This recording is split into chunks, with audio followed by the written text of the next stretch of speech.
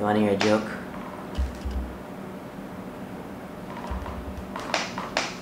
Our editor's mental states.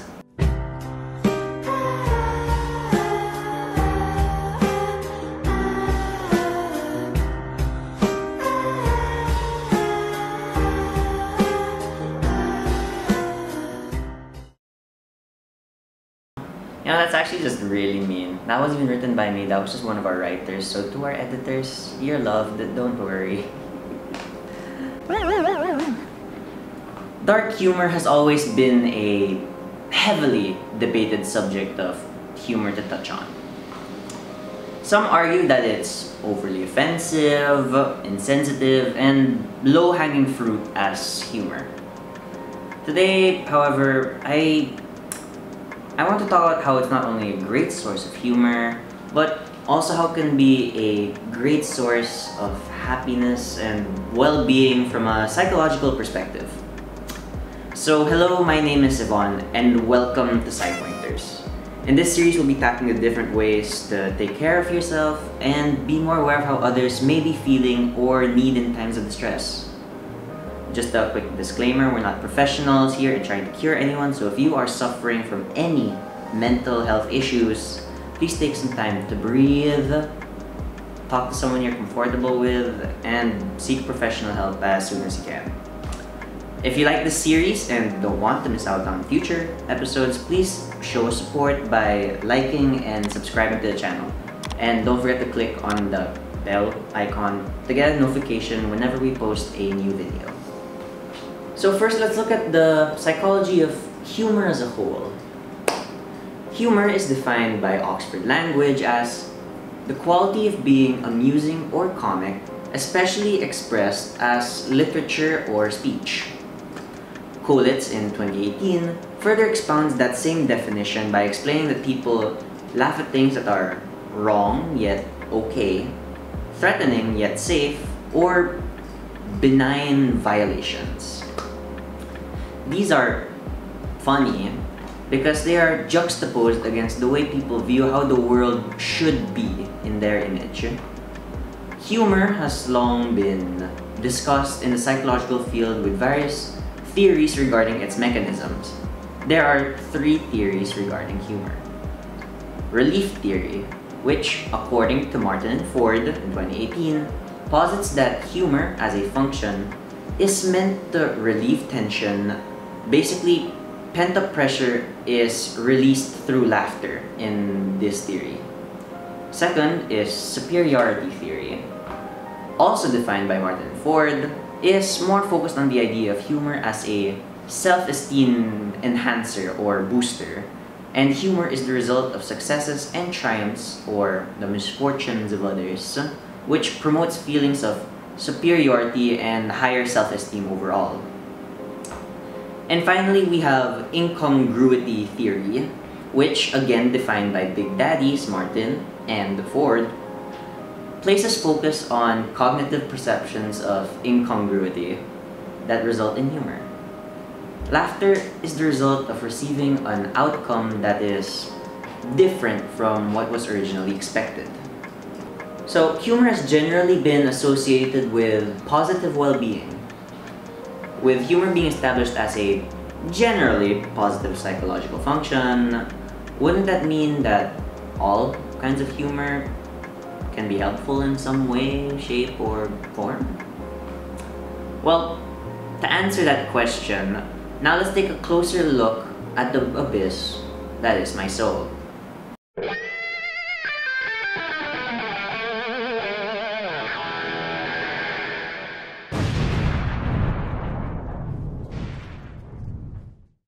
Or dark humor. Dark humor, as a subtype of humor, is the kind that employs subject matters that would typically be considered disturbing or uncomfortable, as their focus for more comedic effects. Usually considered an acquired taste that is not for everyone, dark humor has been found to be an effective coping method for those under large amounts of stress either from work or traumatic situations, like I am every day skirts. Why is that in the script? I don't know. Gibson in 2017 explained that humor is often used to deal with anxiety and that poking fun at terrifying situations is able to provide a degree of reassurance and control over your fears. As humor involves some level of deviation from social norms, dark humor takes full advantage of these deviations for the amusing shock value that can only come from something that is a combination of the absurd and utterly disturbing. I do that a lot. That is why, in one 2015 study by Christopher, frequent use of dark humor by paramedics and paramedic students as a coping mechanism for the stress of the occupation and admittedly depressing nature of working in emergency healthcare is actually quite common. And why you'll often see it in college students or depressed people in college. And since that's majority of my viewers, I just say hi to all of you. Please get help.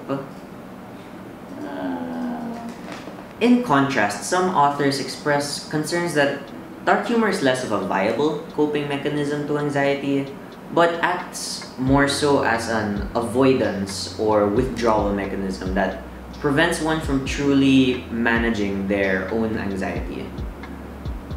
Kubie in 1971 found that confronting anxiety directly is a more viable solution than suppressing it with humor, just as Haig in 1986 and Mulkay in 1989 view it as a form of avoidance and withdrawal respectively. So, with all that said, why dark humor? Dark humor seems to be frequently used by those whose environments are more stressful, grim, or downright traumatic. So again, to all my college friends who watch, hi, please get help. As a bit of an anecdotal example, a Holocaust survivor was once interviewed on how they were able to survive the ordeal. They replied saying it was through humor. Dark humor, as a coping mechanism, can be used for many in difficult situations as a means of lightening up an already hopeless situation. Gibson, in 2017, once again, quoted, "Liking dark humor does not necessarily make you sick or demented, but rather it is a sign that you are able to cope well with anxiety. Being able to find humor in the double meanings and darker points of life indicates strong defense mechanisms. In being able to find humor in such situations, it is likely that you could see those same situations from a differing perspective that leaves opportunities for further development and growth as a person." And that being said, dark humor is still a touchy subject, and is not for everyone. For some, it can be perceived as offensive, insensitive, and hurtful, so it should be used with all caution. Considering the different scientific reasons on what makes dark humor and reasons on why someone would turn to this type of humor, the question is if using dark humor is an appropriate way of lightening up a situation. Well, the main reason on whether or not someone should bring up a dark joke is timing and circumstance. It's best not to bring up a joke about the dead during a funeral, for example, or 2 days after your friend just lost a dog. But it should be more acceptable when you're hanging out with friends, just having some harmless fun. When timed correctly, dark jokes are as humorous as normal jokes. But you have to be sensitive to those listening around you. So regarding that, not gonna lie, in this script, I've actually held back my own dark humor to a significant degree to make this episode and some of our previous ones socially acceptable to post online. Those who know me in real life actually know my humor is a lot more unfiltered, to say the least. The reason I hold back though is because dark humor, just like I said, isn't for everyone, and that's perfectly okay. Dark humor is my favorite way of coping with the problems in the world and in my own personal life in general. But it's not for everyone. This is my way of coping. And I just wanted to make this episode today to explore why it can be a great way to do so during dark times in your own life. Just remember to always be considerate of those around you when you use it, because they're going through life trying to cope as well. And you should be sensitive to that and respect how they cope, and just remember how you yourself cope as well. With that, that's the end of the video. Please comment any topic you'd like for us to tackle next. Please like and subscribe to the channel, and thank you all for watching. I hope you all have a wonderful day.